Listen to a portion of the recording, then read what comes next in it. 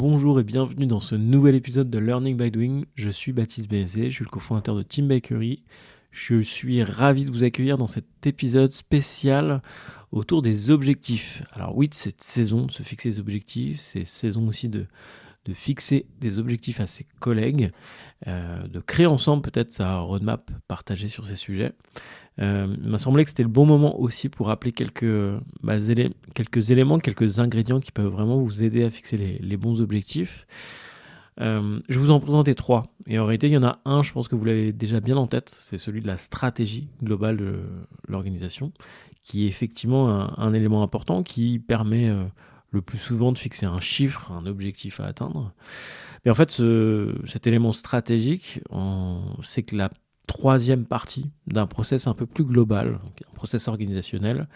Les deux premiers étant la mission de l'organisation et le second étant la vision de cette organisation. Donc, ce que je vous propose ensemble sur ces quelques minutes qu'on va passer ensemble, c'est de vous rappeler ce que c'est la mission, la vision et la stratégie de l'organisation et voir qu'effectivement, en général, les objectifs ne se reposent pas que sur la stratégie, on va dire court-termiste, mais de manière plus globale, il y a un intérêt à faire écho à des éléments de mission et des éléments de vision. On y va tout de suite avec effectivement ces 3 concepts, on va clarifier tout ça ensemble. Le premier concept, je vous l'ai dit, c'est la mission. La mission d'une organisation, en réalité, c'est son ADN, c'est le pourquoi l'entreprise existe, sa raison d'être, on peut dire aussi.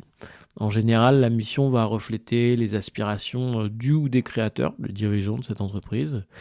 Elle permet également de définir un set de valeurs, un jeu de valeurs qui vont fonder son identité, sa culture et qui aident aussi, alors notamment quand on parle de jeunes entreprises, start-up ou non, de définir peut-être des règles tacites, en tout cas un référentiel de valeurs autour duquel c'est intéressant d'avoir des discussions quand les process ne sont pas encore là ou lorsqu'il faut remettre en cause certains process, certaines habitudes de travail simplement parce qu'on grandit ou que effectivement l'organisation évolue.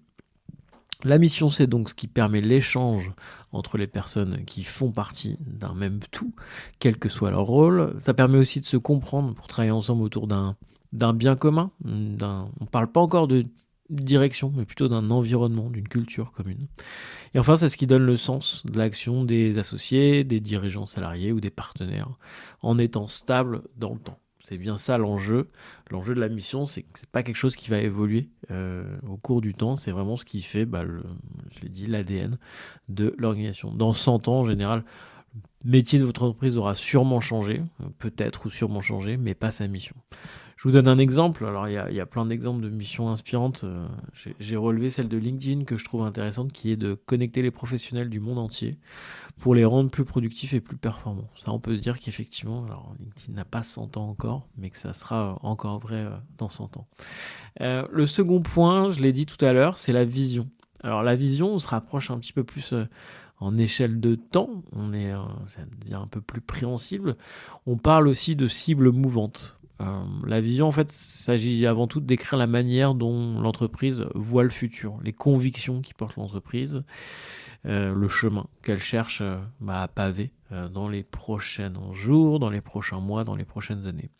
La vision d'entreprise, elle est forcément inséparable de sa mission. Elle représente une projection, en réalité, de la mission de l'organisation dans l'avenir. Par rapport au contexte dans lequel l'entreprise va évoluer, par rapport aux mouvements de marché, d'environnement, aux mouvements globaux. L'écosystème au sens large, c'est ce que l'entreprise deviendra demain. En tout cas, la cible que l'organisation se fixe pour le futur. Alors que la mission, on parle vraiment de raison d'être, de qui on est, permanent et statique.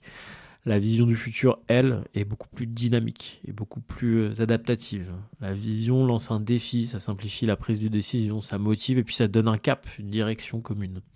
La vision est cohérente avec la mission, même si elle évoluera en fonction du contexte. C'est pour cette raison qu'elle doit respecter donc la mission de l'organisation, les valeurs, mais elle doit aussi être réaliste, être plus préhensible, être plus proche de nous et inspirer les équipes et les partenaires.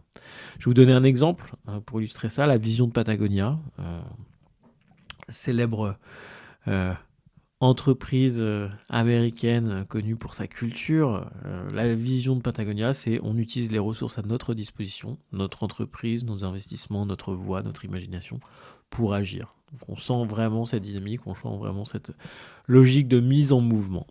Et enfin, le dernier point, alors en général c'est celui qu'on connaît le mieux, c'est la stratégie. Et la façon dont on définirait la stratégie, ce serait, on parlerait de courroie de distribution. En réalité, la stratégie de l'entreprise, c'est le point d'articulation entre la vision dont on vient de parler et sa mise en œuvre dans le quotidien des équipes. Il s'agit d'orchestrer l'ensemble des moyens opérationnels de notre organisation afin de fixer des objectifs en phase avec la vision d'un côté et les ressources à notre disposition de l'autre. Si on prend un exemple, alors pas forcément très récent, mais je pense assez utile, vous allez voir qu'on arrive tout de suite sur des choses très concrètes. Retrouver des éléments de stratégie du groupe Ford il y a quelques années, développer une seule marque et pour cela des objectifs définis, augmenter les ventes de 50% d'ici 2020, devenir rentable dans les régions Moyen-Orient, Amérique du Sud et Europe. Et pour cela, on va réduire notre nombre de plateformes, donc les éléments qui servent de base à la construction des véhicules, utilisés à l'échelle mondiale à 8 contre 9 aujourd'hui et multiplier les lancements de nouveaux produits. Donc on voit très vite qu'il y a une logique de rentrer dans le concret, une logique aussi d'horizon de temps beaucoup plus proche que de nous, mais ça ne trahit pas la mission et la vision globale de l'organisation. En conclusion, et pour rendre ça actionnable dans votre quotidien, l'idée et le message que je voulais vous porter à travers cette description des 3 leviers, c'est de dire que fixer les objectifs, si on prend bien en compte la mission, la vision et la stratégie, ça a plusieurs bénéfices, notamment de maximiser la motivation des collaborateurs, de montrer qu'effectivement nos efforts individuels concourent à un tout.